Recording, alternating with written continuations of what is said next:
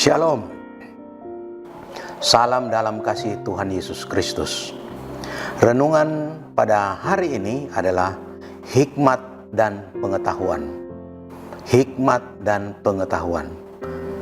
Saudara-saudara, pengetahuan bisa diajarkan, bisa dipelajari di berbagai institusi pendidikan.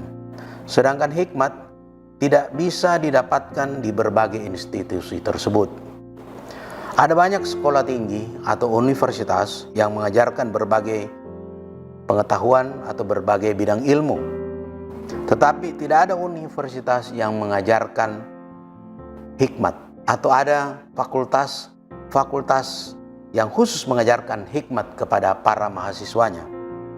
Ada profesor yang ahli bidang matematika, bisa dibilang profesor di bidang matematika.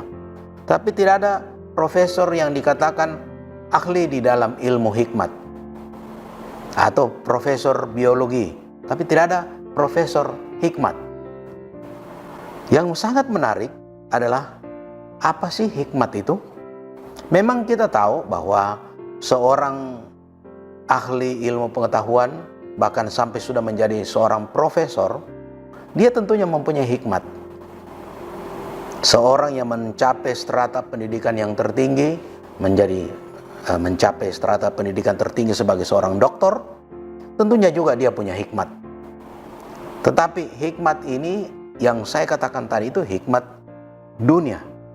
Bagaimana hikmat dalam konteks pengertian firman Tuhan? Orang yang sederhana dan berpendidikan rendah, bisa saja dia secara pendidikan orang pandang enteng sama dia, tetapi dia mempunyai hikmat yang datang dari Tuhan.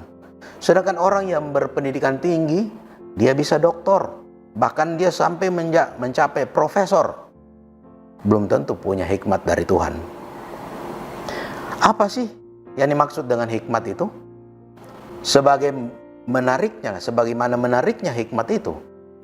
Hikmat adalah hati yang mampu menimbang dan dapat membedakan antara yang baik dengan yang jahat. Saya ulangi, hikmat adalah hati yang mampu menimbang dan dapat membedakan antara yang baik dan yang jahat. Mungkin kita bisa berpikir, mencuri itu kan jahat, korupsi itu jahat, saya tidak mau lakukan itu, saya kan sudah berhikmat. Memang sebenarnya kalau kita pelajari secara hurufiah, secara harafiah, kita bisa lihat, oh iya, berbuat jahat, jangan berbuat jahat. Ada undang-undangnya. Korupsi, jangan korupsi. Tetapi kita akan tahu bahwa manusia itu lemah. Hati berkehendak, tapi tubuh ini lemah. Kita baca di dalam 1 Petrus 4 ayat yang kedua. 1 Petrus 4 ayat yang kedua. Supaya waktu yang sisa jangan kamu pergunakan menurut keinginan manusia, tetapi menurut kehendak Allah. Berbicara waktu yang sisa, mungkin ada yang berkata bahwa saya ini masih muda. Mungkin ada orang anak-anak remaja, saya ini masih muda. Siapapun kita, mau yang masih muda, ataupun yang sudah pertengahan usianya, ataupun yang sudah lebih lanjut usianya, semua itu berkata dengan waktu yang sisa.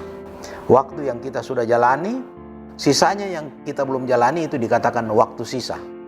Jadi semua, mau dari anak-anak sampai orang dewasa, bahkan sampai orang tua, semua berbicara waktu yang sekarang dan yang akan datang itu waktu sisa. Karena waktu yang lalu dia sudah lampaui, dia sudah jalani, tinggal waktu yang sisa. Itu yang dimaksud. Kemudian dalam 1 Yohanes 2 ayat yang ke-16.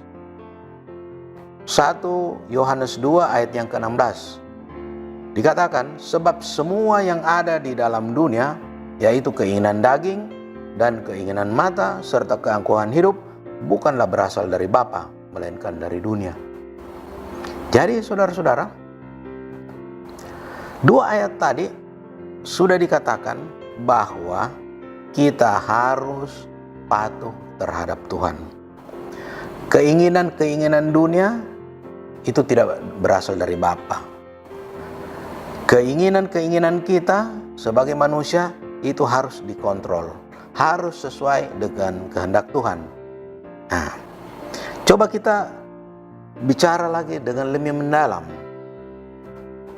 terkait dengan dengan hikmat. Apa itu hikmat yang datang dari Tuhan? Hikmat yang datang dari Tuhan dalam Amsal 9 ayat yang ke-10 dikatakan, permulaan hikmat adalah takut akan Tuhan, dan mengenal Yang Maha Kudus adalah pengertian. Jadi konteks firman Tuhan dengan konteks dunia beda. Seorang profesor, seorang ahli yang sudah mencapai tingkat pendidikan yang tinggi, dia tentunya punya hikmat. Tapi hikmat yang dimaksud di sini adalah hikmat yang datang dari Tuhan. Adalah hati yang takut akan Tuhan. Permulaan hikmat adalah takut akan Tuhan dan mengenal Yang Maha Kudus adalah pengertian. Kita baca juga di dalam Mazmur 111. Dalam Mazmur 111 ayat yang ke-10 dikatakan, permulaan hikmat adalah takut akan Tuhan. Semua orang yang melakukannya berakal budi yang baik.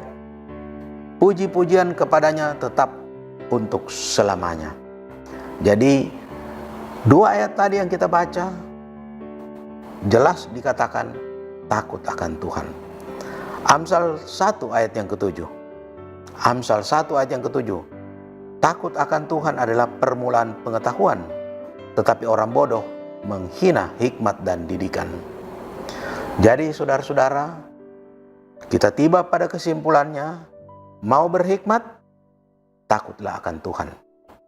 Mau menjadi orang yang mempunyai pengertian, maka berusahalah untuk mengenal Tuhan. Saya ulangi, mau berhikmat, maka takutlah akan Tuhan. Mau menjadi orang yang mempunyai pengertian, maka berusahalah untuk mengenal Tuhan. Amin untuk firman Tuhan. Mari kita berdoa. Bapa di surga, Bapa yang kami sembah dalam nama Tuhan Yesus Kristus, hamba-Mu sudah menyampaikan renungan firman-Mu. Kiranya firman-Mu ini bisa menjadi berkat bagi kami semua, bagi yang mendengarkan maupun bagi yang menyampaikan firman-Mu. Tolong kami Tuhan, tuntun bimbing kami dalam menjalani sisa hidup kami. Dalam nama Tuhan Yesus Kristus kami berdoa. Haleluya. Amin.